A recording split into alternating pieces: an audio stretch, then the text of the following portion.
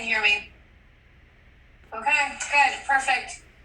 Hi, happy Friday. And thank you for coming to another town hall meeting.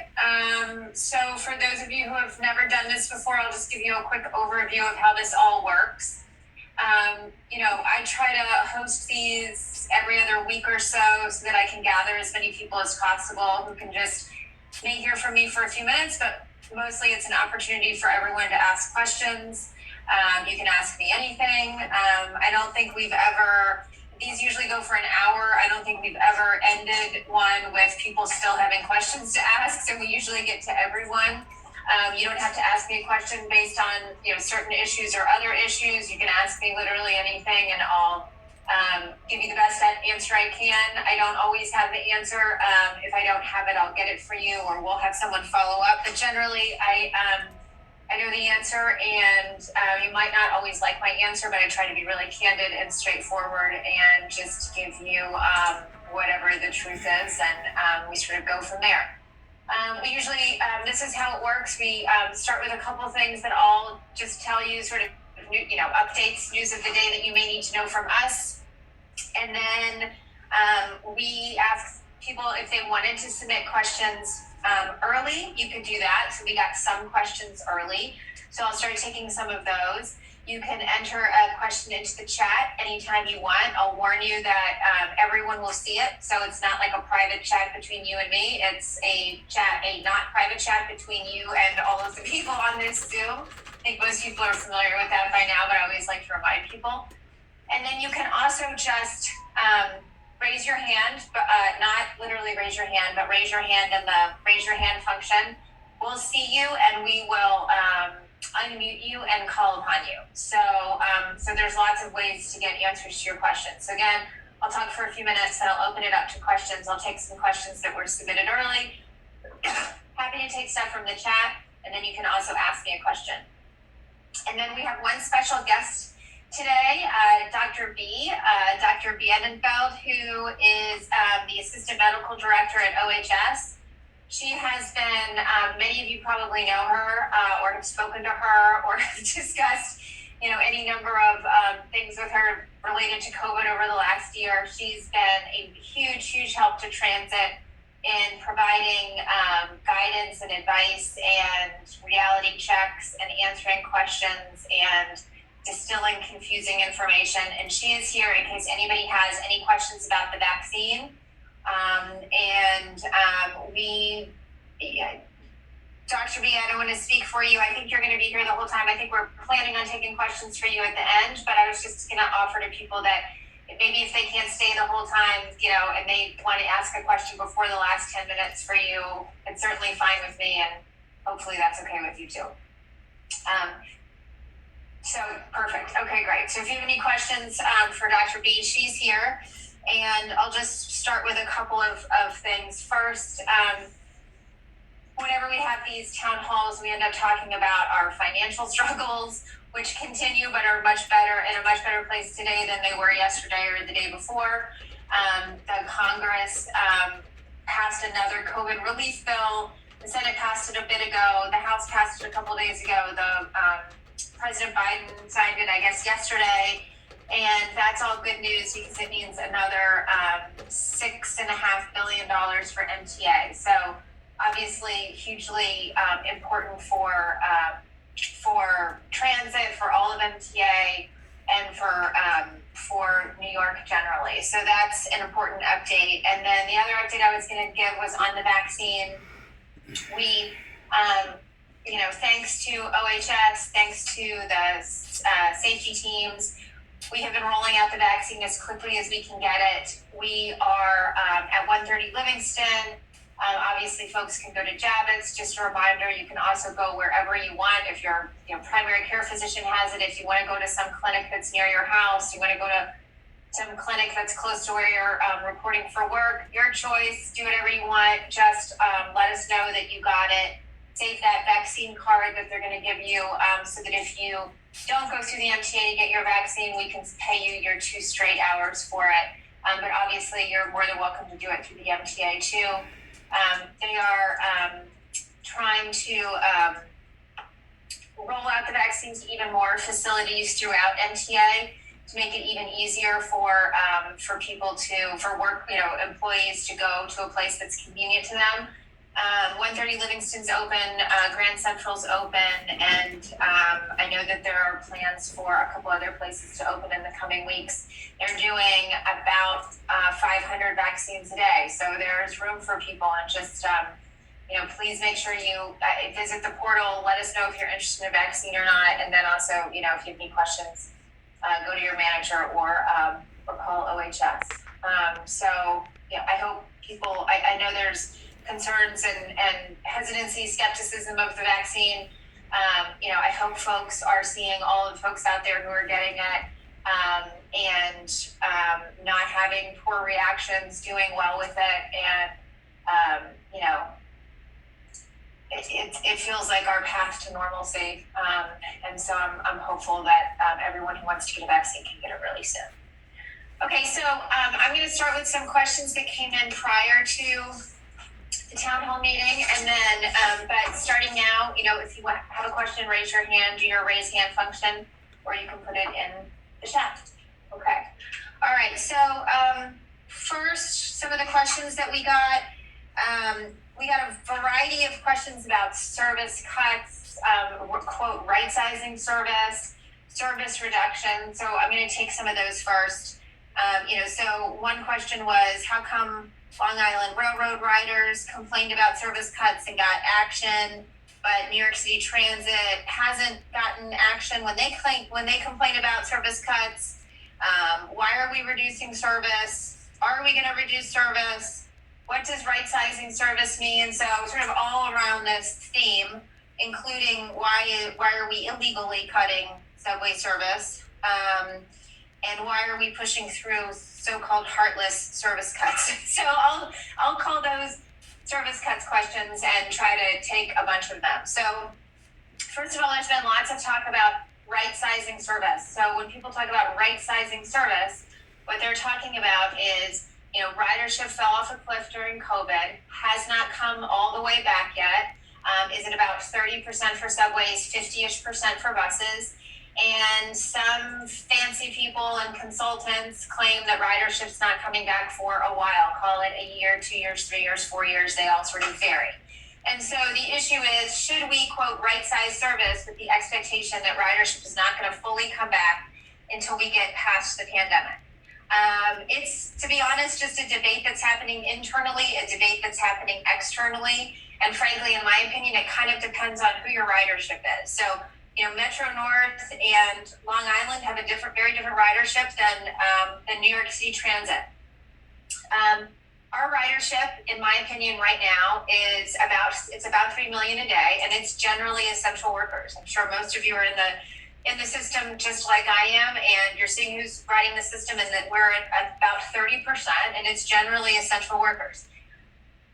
I have real concerns about right-sizing service because for a couple of reasons. One, we're trying very hard to get the city and the New York economy to come back, right? To play our part in it. We want to make sure that we're able to move people appropriately. Two, we are clearly moving the vast majority of the people who are needed to run the city and to run the state and to help with the pandemic and to bring the city back. And so we're sort of the engine of that growth and that recovery. And so I want to make sure that we're running as much service as we can to drive that. Three, I want to run as much service as we can because the more service that we run, the more people can social distance. I will remind, I always remind people that in the absolute heights of COVID, when ridership was like 7% on any given morning and any given rush hour, that we had issues with social distancing. You will never be able to social distance on the New York City subway system. It's never going to happen. Or it's never going to happen regularly or dependably or reliably because there's too many people in the city. And when you're moving 3 million people a day, there's not a lot of room for social distance. But the more service we run, obviously, the more people have the space to try to distance. And the vaccine is still getting out. If we get lucky and if we are able to sort of see what the federal government and others have said will happen this summer, it should be that by this summer, anyone who wants to be vaccinated can be vaccinated. And so I think that could bring a real uptick to ridership as well. As we see the weather improve, as we see more people get the vaccine, we see ridership come back. So I really want to have as much service out there as possible. But this issue of right-sizing service is this exercise that we're going through internally and externally to figure out what kind of service we should be planning in the future if ridership is going to remain at 30, 40, 50, 60, 70, 80% for the next couple of years before it really comes back. And I have argued internally that I do not want to do service reductions.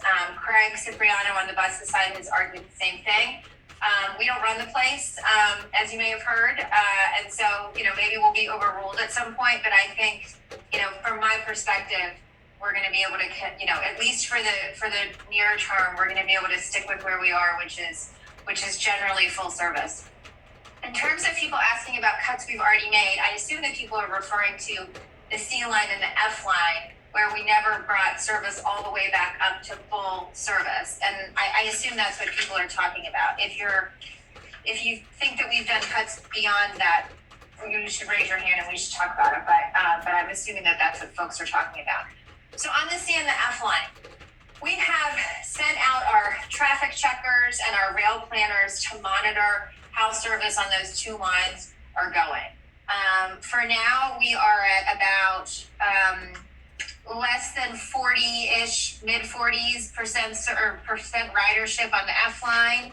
We're in the 20s and 30s on ridership on the C line. So, we're seeing pretty low ridership levels on both. Now, does that mean there are never crowded cars? No, absolutely not. There's, not a line in the entire system that doesn't ever have crowded cars. But we are keeping a close eye on those two lines to make sure that, we're watching, are people coming back? When are they coming back? What are the new peaks? Where are the new peak locations? Where are the heaviest loads?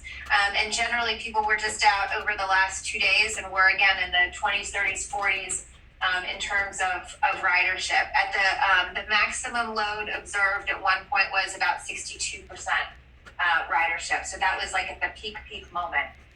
So look, I think we should continue to keep an eye on it. I've told our labor partners, and I've told folks who have inquired from the media that we're going to continue to keep a close eye on it. And if we need to ramp service back up, we certainly will. But for now, both of those lines are hanging pretty low. And then finally, I've just seen some questions come in regarding job cuts based on those lines. I just want to be clear that we have not done any layoffs. I'm not sure where that's coming from. People might be referring to the location of their job moving due to the PIC, but I just want to make sure people know that we have not done layoffs or furloughs. So that was a long-winded answer on service cuts. Hopefully I covered everything, but obviously if I didn't, you'll ask me questions and let me know. We also had a couple HR questions that I just wanted to go to. We got a question on maternity and paternity leave. Specifically, what more is being done in regards to maternity and paternity leave? Out of all civil service employment, MTA currently gives the least amount of paid time off for employees. So first off, I'm not totally sure if that second part is right about MTA giving the least amount of paid time off for employees. I know that we have folks from HR on who can weigh in a minute, and I'm going to have them do that because I don't know the answer to that. But I wanted to talk about the maternity and paternity leave for a second. So first, let's talk about the represented workforce and the non-represented workforce. For the non-represented workforce, there's parental family leave available to folks. I believe it is 6 weeks. No, actually, it might even be more, up to 10 weeks of leave for a newborn baby, and you can take it in various ways. You don't have to take it all together. You can take it like on one-off days. But for the non-represented folks, there's parental family leave. For the represented folks, it's all negotiated through your contract. I would love to, make decisions about all kinds of things. But so much is governed through your contract. And so if you are unhappy with the amount of paternity leave and maternity leave that is in the contract, you gotta tell your folks, tell your union leadership and tell them that you want it to be a priority for new negotiations. And I will tell you that I will always support you on that because I'm all for new parents being able to take the time that they need with their new babies. I have no control over it. So I will be a sympathetic ear to you, but there's nothing I can do about the negotiated agreement. And then, but I want to turn to HR for two things actually. We also got a question about vacation rollover, and folks are allowed to roll over their vacation, and so that made me think that I didn't understand the question, or that the specifics of the question were not clear to me, because the question seemed to suggest that people could not roll over vacation, and they actually can do that. So let me turn to whoever's joined us from HR to just answer this question about paid time off and vacation. Ask them to just raise their hand. So just raise your hand if you are, like Alberto, if you're here. Maybe not.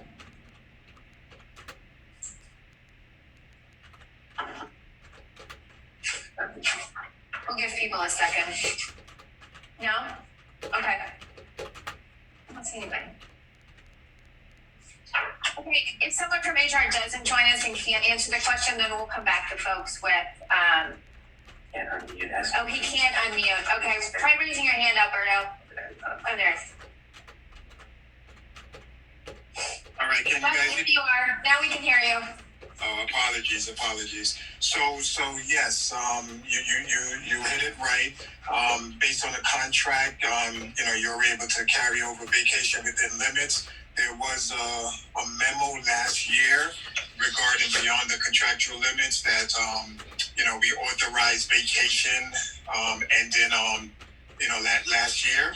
We're in the process right now for vacation that's ending on April 30th. That would allow members to carry it over into the new vacation year. That hasn't been finalized, but that's being discussed, and we will release that shortly. Okay, perfect. Thank you very much. Should I unmute myself? Okay, great. All right, so let's go ahead. So I did some questions that came in early. I can look at the chat, but also just if you've got questions, why don't you go ahead and raise your hand. We've got one person with their hand raised, but I can't see your name. All it says is iPhone. So hold on one second. We'll see if we can see your name pop up. Yeah, we just unmuted. Yep, we just unmuted you. Go ahead, but introduce yourself because we can't see your name. Me? You hear me? You got it. Hey. Yeah. My name is Chris Drummond. I'm Vice Chair of Conductors for TW 100. Perfect. Thanks, Chris. And I just wanted to say, and I'm not sure they're conveying what's going on the road with us. When the member picks his job, he spends weeks, sometimes months, trying to figure out what's best for him in terms of child care, religious observance, doctor's appointments, when family's gonna be in town. It's a real laborious task. And we thought that we was entitled to that. When you came here, or your colleagues came here and got your job offered, you looked at schools, you looked at how this will work, fit into your life. That's what we do.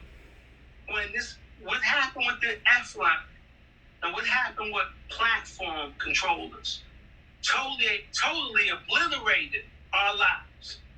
And last town hall, we had a platform controller ask you about the rumors of the platform control program being disbanded, and I think you told him that wasn't the case. And for a minute, it was jubilation at Queens Plaza, Whitehall, Grand Central, and a few days after that, their hopes came crashing down because the program was disbanded for prejudice. Management didn't care they didn't give them schedules, they didn't forewarn them, and we took you, Madam President, on your word. And I think this is, and I'm not saying you per se, I'm saying the coaching, but this is indicative of almost the disregard for our lives and the morale, this low morale. There's a human cost to all this. People don't know. They're scurrying to try to reprogram their lives now. And I just don't understand why it's just on a constant basis. It's as if almost that management holds us in utter contempt because the human cost and emotional toll that it takes on us, nobody cares. I understand you just ran the numbers about service cuts and the matrix on, but you're still not taking account. What about us? What about the people who, just let me complete this thought, ma'am, I'm sorry. What about the people who watched our colleagues die, who came to work anyway, and everybody said, we appreciate your work, your essential workers and all that. And in between the COVID, there was George Floyd was murdered, and there was strife, protests all around us. We still came to work. Okay, so let's talk about the issue at hand because I've been here for the last year and did all of that and understand it, and it broke my heart every day. But let's talk about what we're talking about, which is the C. I think it's the C line and the F line. Okay, so because ridership was way down, we never brought the C and the F line all the way up. To be clear, what we're talking about, so the folks know, is changes in headways from 2.5 to 4 minutes, and from, I don't know, I'll find it, 5 to 7 minutes. I mean, I get it. I know that these are important reductions and that people are frustrated by them. But we then had conversations with the union, and they said, at least run a line pick. At least run a line pick on the C line and the F line. So we did. And people are still frustrated. So, look, I get it. Like, there are a certain number of jobs in the C line, a certain number of jobs in the F line, and you want that number to be back. We've made some shifts. We cannot function like there has been no impact of COVID and no change to ridership whatsoever. We are running as much service as we possibly can. We've said for many months that our priorities will always be not making major service changes and not making layoffs. While many other entities around the country have done both of those and much more. No layoffs, no furloughs, no massive draconian service changes. But we can't do nothing. Like, we're just not gonna be able to do nothing. And so I hear you. If you were one of the people on the C line or one of the people on the F line where did not like how the pick went, then you're frustrated. I got it. But this is a big place with 55,000 people that got killed by COVID. And there are going to be some changes that we cannot avoid. And that's why we're keeping a close eye on it. But the reality is that when I'm at 40% ridership and 30% ridership on those lines, I'm going to keep a really close eye on it. But that doesn't mean we're not going to make some changes to make the service smoother and the staffing smoother. And we can continue to talk about it, but I also want to make sure we get to other questions too. But we're going to unmute you because I'm sure Chris, you want to respond too. It's not frustration. To be honest with you, it's devastation. And I understand what you're saying, but again, we're talking about how you have a workforce, and it's easy for I'm sure that you're doing everything you can. And I don't know who make all these decisions. I'm sure these decisions are made by committee, and you only can go with the information you get on film. But we're talking nothing short of people's lives being devastated. From AMs being forced to go to midnight, and PMs where it's them there. And it's devastating people's lives. And that's everything. Who can argue the numbers? But what we talked about here is a workforce who is trying to have a semblance of a life, and who picked a semblance of, and it's been blown to shreds. And again, Madam President, can you address the platform controller program? What happened there? So number one, again, I believe what we're talking about is a handful of people who, you were right, when the pick came up, did not get the job that they wanted. I got it. That is not fun for them. I don't know. I mean, look, I want to hear individual stories, and when the union raised holy hell about this, despite being the ones that asked for the line pick in the first place, I said, share stories with me. We always try to be helpful and see what we can do.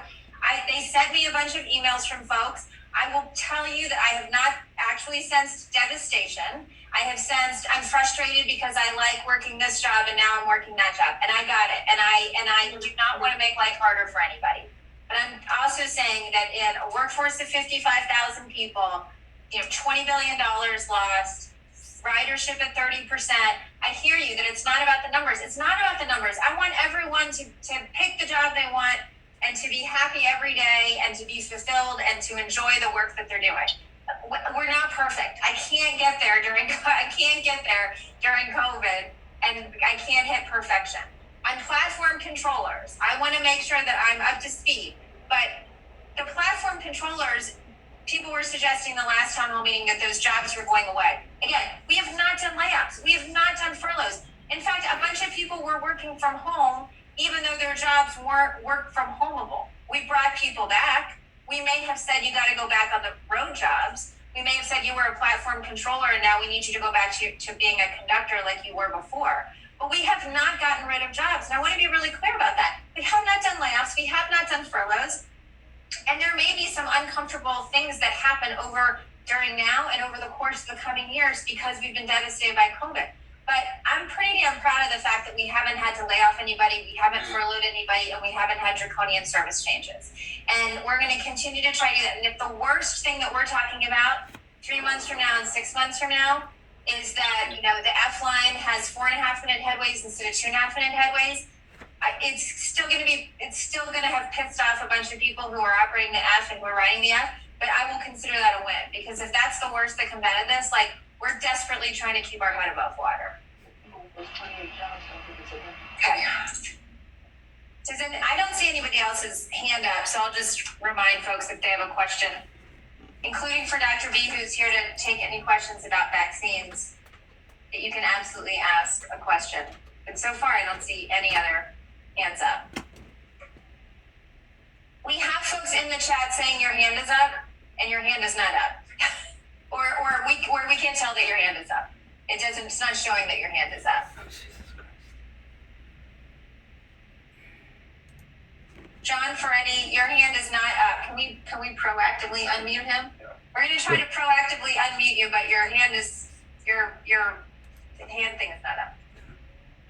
Okay. Go ahead, John. I think I got an email from you on CNF line, didn't I? Yeah. Well, no, I just wanted to follow up on your answers. I couldn't unmute on my app, so for whatever reason. That's okay. All right. So look. The bottom line is that this is a public service. This is not a business. Okay. You got $14.5 billion from the federal government. That comes from our tax dollars. It does not come from your pocket. You are to provide service. Fair too, just That's fine, but it doesn't personally come from the MTA's pocket. No MTA manager is suffering tragedy by having to come up with this money. It is our tax dollars that pay for a public service. That public service is about to be having 500,000 at least more riders dumped on it when the schools open on March 22nd. Yet the day before that, on March 21st, you're massively cutting service on the F line. Okay, the F line, you talk about it being 2 and 4 minute headways. What you don't take into account is that you're dumping more work onto less transit workers, and you're throwing a wrecking ball through people's lives, and you're piling more people onto less trains. It may look good on a spreadsheet, but we are in an era of COVID and 150 of our members died. So I don't want to hear about how you had a bad year last year, because we had a hell of a lot worse one, okay? The bottom line is you're violating the law. It is illegal for you to push through service cuts of any kind without public hearings, and you have not done it. And a judge told you in the station agent case, when you tried to cut lunch relief assignments, he told you were violating the New York State Public Authorities law, and you're violating it, and you've been violating it for over a year. So what I want to know is, what gives the MTA the right to have a blank check to violate the law anytime they feel like it? But when Long Island Railroad riders are upset, they get immediate action to address their concerns. But yet, the overwhelmingly black and Latino working class riders in New York City get ignored. And not only that, you double down on the cuts. 29 job cuts on the F for conductors, 29 for train operators. That is, you trying to make it seem like you negotiated with the union. The union asked you to undo the damage you already caused, and you threw gas on the fire. You gave them triple the job cuts you had on the C line. So don't tell me you were trying to cooperate with the union. I know you may not be in the negotiations, but the MTA was not trying to be an honest broker here. They were deliberately looking to attack and humiliate and assault union members who sacrificed their lives. So don't tell me you were trying to negotiate in good faith, because that's a lie. And when are you going to stop violating the law? That's the question I want you to answer. Okay, so thanks for your questions or your comments. Just to remind folks, and I'm happy to take it, again, you can ask me anything, and you can yell at me, and you can scream at me. That's part of my job. I'm here to take it. But we've got 70 some or 60 some, and frequently we have 120 some people on this Zoom, and frequently we have 200, 300, 350. So just know that when you're taking up time screaming at me, I got it, I can take it, but just let's give other people an opportunity to have their voices heard and ask their questions too. This is becoming a CNNF town hall. That's fine if all 123 of you are interested in that, but let's just try to be respectful of each other too. Okay. Again, I'm happy to take it, but I don't yell at you and I don't scream at people, and so I'd love it if the same respect was shown my way. So first of all, I think you're conflating two things. So on the station side, on the lunch relief, you're exactly right. The judge said you can't change the way you're staffing these booths, even for this small amount of time, without having a public hearing. And so we said, got it, and I think folks are planning a public hearing about that at some point. So again, the judge said, can't make these changes unless you do a public hearing. On the C and the F line, and in terms of service, the rules about service cuts are that you cannot cut service completely and kill it, like a bus route, or make significant changes to service without going to a public hearing. These are 15% changes to lines, 10% changes to lines. I understand they feel significant. I understand that for the 29 conductors and the 29 train operators, it feels very significant. In terms of public policy and public law, it is not deemed significant enough that we have to have a public hearing about the changes in headways and the changes in service on these two lines. If 500,000 more riders come back to the system on Tuesday, whatever that is, next week, on the 22nd, then we will have popped from 1.8 million daily riders. We've been hovering between 1.6 and 1.8 million daily riders for about 2 months. If we suddenly overnight go to 2.5 million riders, that will absolutely probably make us look closely at if we're providing the right service. Just like post-COVID, some of the peaks have changed. Post-COVID, some of the loads have changed. So we are watching this. We are sending traffic checkers out there all the time. It's not just about a spreadsheet. I make them send me photos of the cars that are most packed on the C and the F line, so I can see it for myself. I frequently ride the C. I sometimes ride the F. So again, I hear you that the 29 conductors and 29 train operators are frustrated. I get that the union is frustrated because once they asked for the line pick, they expected the jobs to line up the way that they did pre-COVID. But here we are. So, John, you said in the chat, see you in court. You can explain it to a New York State judge. Okay, we will.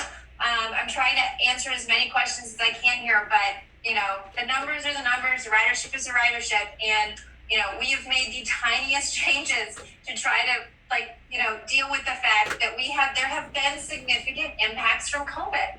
There just have been. And the fact that we have only reduced service by small percentages on a couple lines, I think is just unbelievable in terms of when you look at other transit agencies across the country and other rail systems across the country that have laid off hundreds and hundreds and hundreds of people or cut service by 30, 40, and 50%.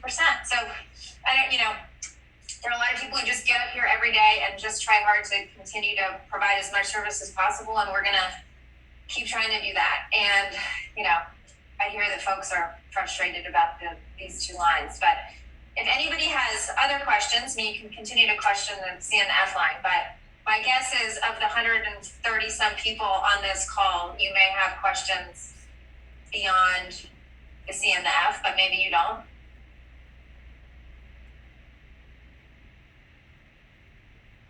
No questions?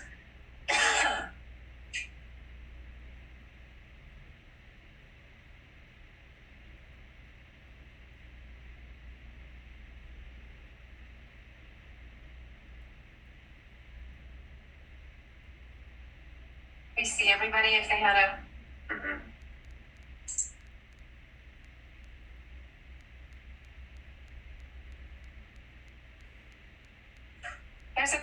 We're gonna take some questions from the chat. Yesterday. Can you scroll down? Oh, sorry, it's right there. There's a question in the chat about many billions of dollars for transit. Okay, yesterday, many billions of dollars for transit became law. I'm sure there will be a lag time before we can see any of this money. How long do you think the wait will be? And what might be able to use it for? Other thoughts. So I have no idea when that will become available, but I do know that the MTA basically, once the law has passed and once the bill has been signed into law, which is what's happened, they're allowed to start planning for it. So I don't think the money doesn't actually have to hit the account for us to start planning for it. And so the CFO and others have started planning for it. For example, they announced yesterday that they're gonna, Chairman Foy and the CFO announced yesterday that because the bill was signed, they were gonna reopen negotiations with some of the unions that were on the back end of the cycle pre-COVID, sort of the ones who were straggling at the end of the cycle. Those negotiations are starting up again, and the wages that were agreed, the wage increases that were agreed to previously were back on track. So it's not like the money has landed. They just know that it's coming, so they've said that. We got a question about the procedure for applying for a day off. And I might see if someone from HR is on the line who could maybe answer that question for us, because I'll be honest, I do not know the procedure for asking for just one specific day off is. So let's see if someone's here. So if you're from Subway's HR and you can raise your hand and answer a question for us, great. Otherwise, we'll figure out who's asking the question and we'll have someone follow up with you individually. Anybody here? Alberto's still here with his Okay. camera on. On the bus side. Todd Murrell. Sorry if I'm not pronouncing your name right. Can you unmute Todd? The upper left. Should be right. Oh, okay. Okay, can you hear me? Todd, yep. I came in late. I don't know if it was addressed. There's as always a growing number of seemingly homeless individuals, mentally disturbed, that are in the system, on the trains, at a potential threat. Is anything being going to be done to address that? We do report it, but it doesn't seem like anything's really being done about it. Yeah, so I mean, it's a great question. Thank you. We've been working on this for the last year. So more than a year ago, I think maybe more than a year and a half ago, maybe more than 2 years ago, time flies. As a member of the MTA board, started urging more police in the system in order to protect our workforce and protect our customers. Then it was about a year and a half ago that the board approved hiring additional police. We were asking the NYPD to put additional officers into the system. That sort of fell on deaf ears for quite a long time. We have been calling on the city for many, many months to both contribute more policing, but also to contribute mental health professionals because of the significant mental health folks who are experiencing a mental health crisis who are in the system. And then finally, we have asked the city to please have the 311 system function for the subway system. Right now, if you call the 311 system to request help or an intervention or mental health assistance for someone in the system, 311 does not send help because you're in the subway system. So we've asked for them to do that too. Most recently, as you may have seen, the NYPD said that they were going to add about 650 officers to the system. They did that about 3 weeks ago. I didn't feel like we saw real crime numbers change immediately, but certainly arrests seem to happen faster. Over the last week or two, the crime numbers are down, the arrest numbers are up, so that's certainly helpful. They've said that they'll continue to keep a close eye on deploying additional officers, and so I'm grateful for that. I mean, clearly, I think it's clear that uniformed presence helps, but at the same time, we clearly have a real mental health crisis happening in this city, and need some help on that too. And I'm hopeful that the city will continue to come through on that, or will end up stepping up to come through on that. And just so folks know, Todd, to your point, we did not previously track incidents that were happening in our system. We sort of just depended on the NYPD numbers. NYPD provides numbers and crime data that's specific to the major crimes: murder, rape, robberies, grand larcenies, felony assaults, things like that. They don't necessarily share with us the information on the lower level crimes that are happening in our system that might be considered lower level by the NYPD, but obviously are really significant issues to us. So misdemeanor assaults might not be considered this significant crime by the NYPD, but it certainly means a lot to us. Worker harassment, worker assaults, vandalism, graffiti, all of those things. We now track all of those incidents real time. With our security team, we figure out where hotspots are. We deploy a significant number of cameras and resources to address those hotspots. And then we try to share that information publicly too, so that it's on our website. So it's just a couple things we're doing to try to address it. There's a question from Ray. Yeah, so now that we have federal funding guaranteed to be coming in, is that going to change the timetable on our picking? Because we're already behind schedule in getting that done. And now this pick is going to be extended at least another month. I don't think that the federal funding impacts the timing of the pick.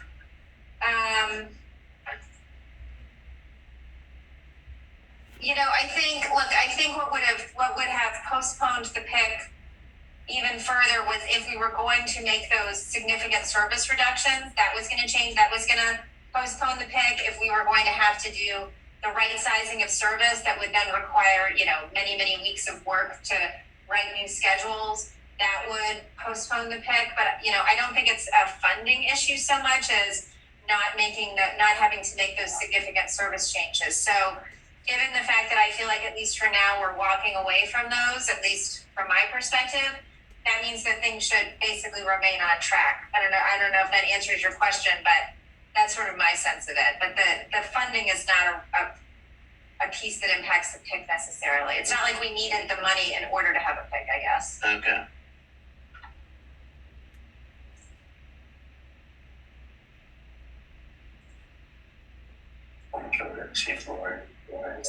Yeah. All right. So I want to again reiterate, see if anybody has any questions for the OHS folks who are here on the vaccine. You can ask anything: side effects, impacts, how many people, what the efficacy is, anything.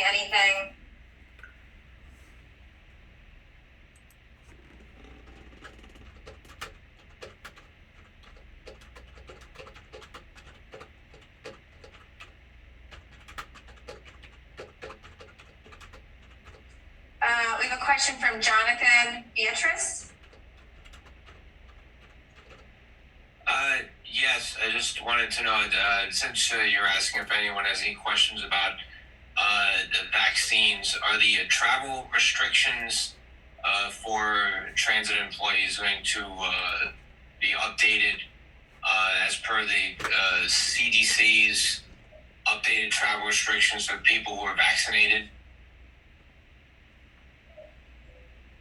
Yeah, I'm happy to take that question. And Dr. B, I don't know if you want to weigh in on travel policy. Probably not. You're probably feeling like that's... Well, the only thing I have to add is that we are in the process of updating these, but we have to coordinate with New York State as well, and they've been a little bit slow to update their policy on this. So since we are a state agency... Yeah, I think that's well, I was going to say that too, but I will say that there are a lot of conversations happening internally about obviously once people are vaccinated, you know, travel for people who are in New York, outside of New York, and also people who live outside of New York to New York, everything gets a whole lot easier as more people get vaccinated. So I do think that the state executed on not requiring, if for people who are traveling from other places to New York, if you're vaccinated,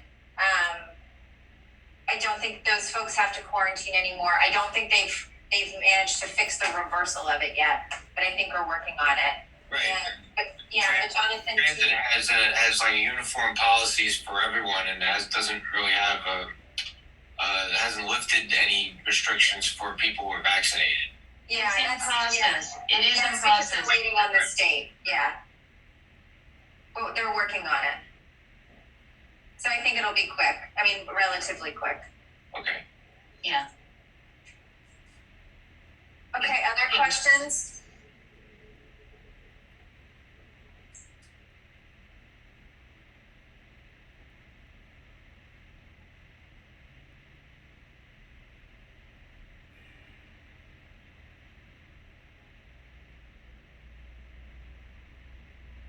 I saw a question in the chat about, oh wait, hold on. Sophia, I can't see your whole name. I don't know if it's just Sophia. Do you have a question?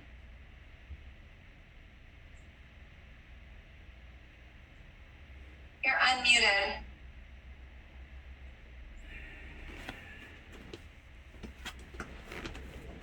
You're unmuted, but we can't hear you if you're talking.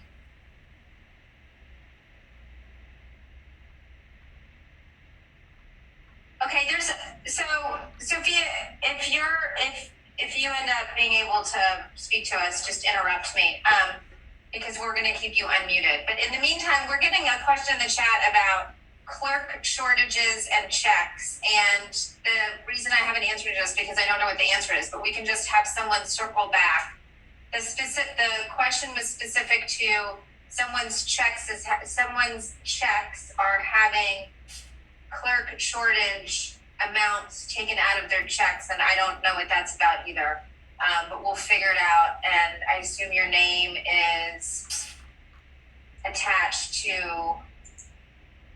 Yeah, Kathleen. I think we can see who you are, and we'll figure out what the answer is. I don't know what the answer is to why your checks would say clerk shortages on it, so we'll figure that out.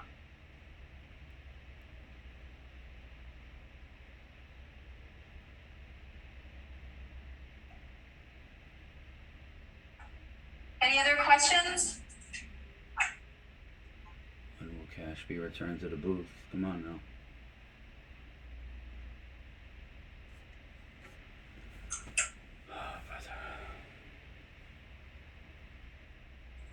Ray, you have another question? You just raised your hand.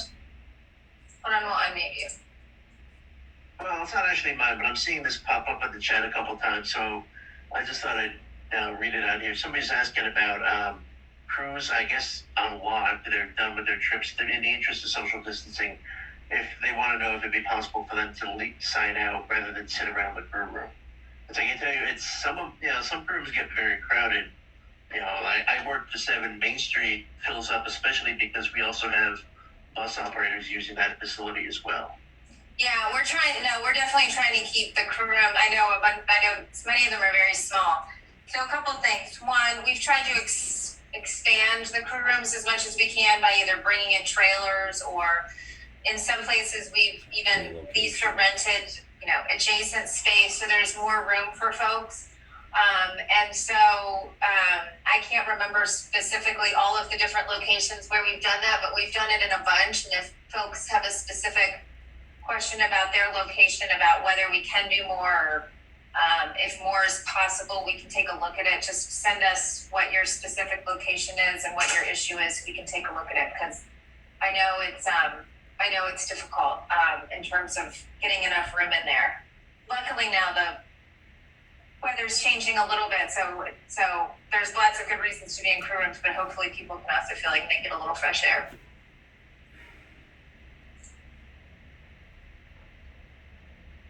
Okay, any other questions?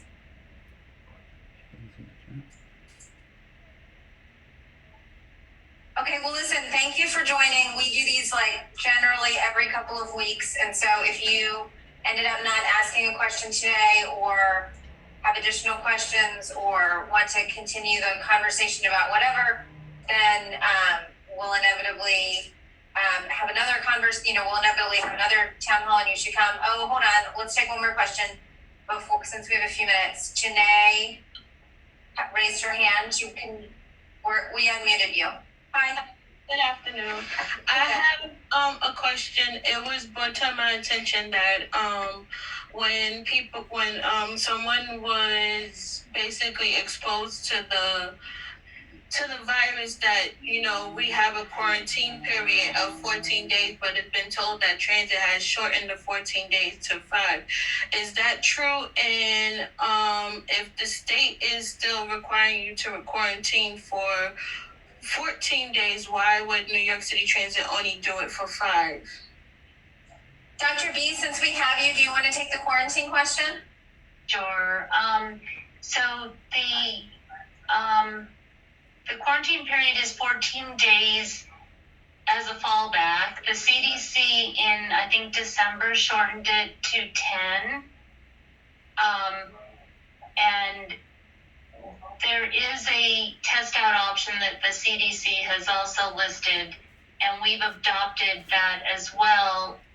However, with the recent change in the New York State Administrative Leave, it's best if you speak to your local health department to get quarantine so that you can actually get the paid leave. And at that point, you then fall back on New York State, and that is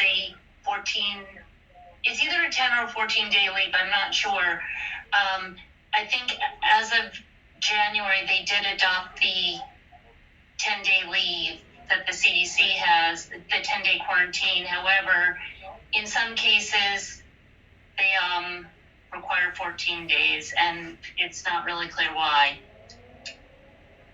But it is, we have to, anything that the health department quarantines an individual, you have to, that we cannot override that ever.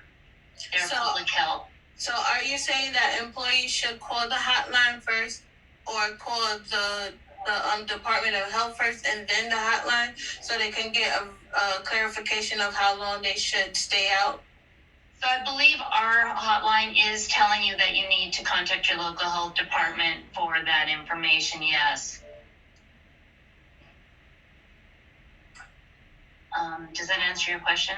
Sorry, Dr. B, is that because it varies from depending on where people live, you mean? So the different health departments have to be contacted based on where they live exactly. Okay, but what you were saying is the way to have people call the hotline or to have people call their local health department to get advice also gives them the opportunity to maximize the leave policy. To get the paid leave, the New York State paid leave, they have to either be testing positive or be on quarantine, get a quarantine statement from a local health department, whichever the local health department applies to their residents. Got it. That seems like key to me, because otherwise it's an extra hoop to get over to get the paid leave. So assuming you want to get paid leave, which everyone would, I would think. Yeah. Make sure that you go through that step. Is that okay, Janae? Okay.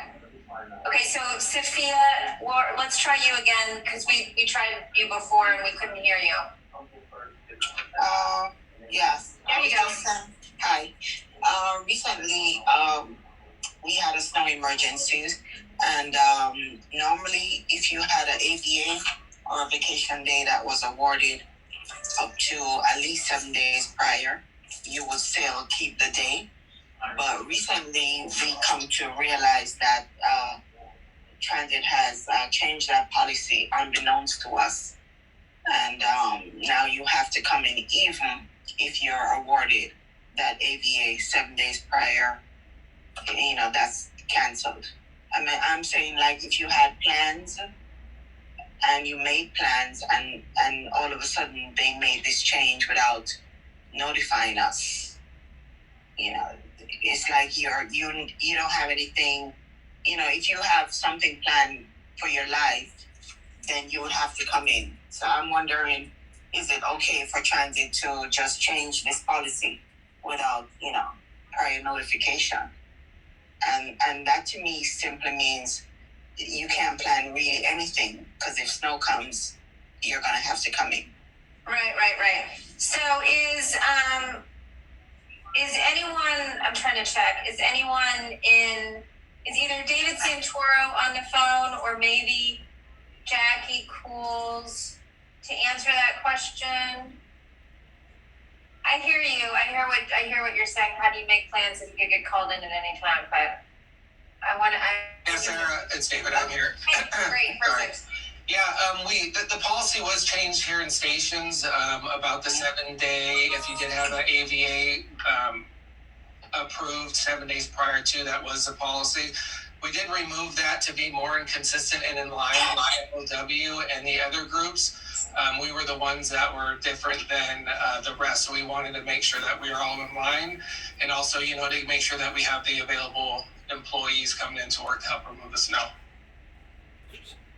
So David, what would you suggest for folks who are trying to plan during, you know, call it December 1st, April 1st? Yeah, we've had various conversations about this because we do know it's a touchy time. Somebody asks for a day off.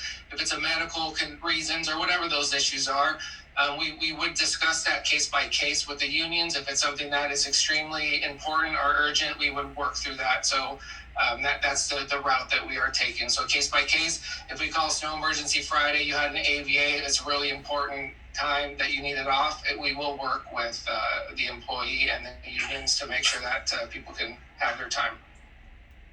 Okay, so you heard it here first. Hold him to it. He said he would work with you, so absolutely. I heard it too. Yeah, we heard you all right, last I month, have Sarah. to go to a 2 p.m.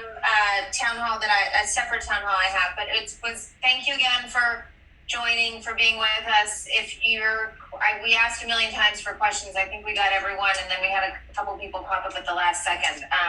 So if you want to add your question to the chat, maybe we can try to at least get you an answer by email or something, or we can follow up. But good to see all of you, and thank you for your questions, and have a good Friday and a good week. And I'll talk to you soon. Thank you all.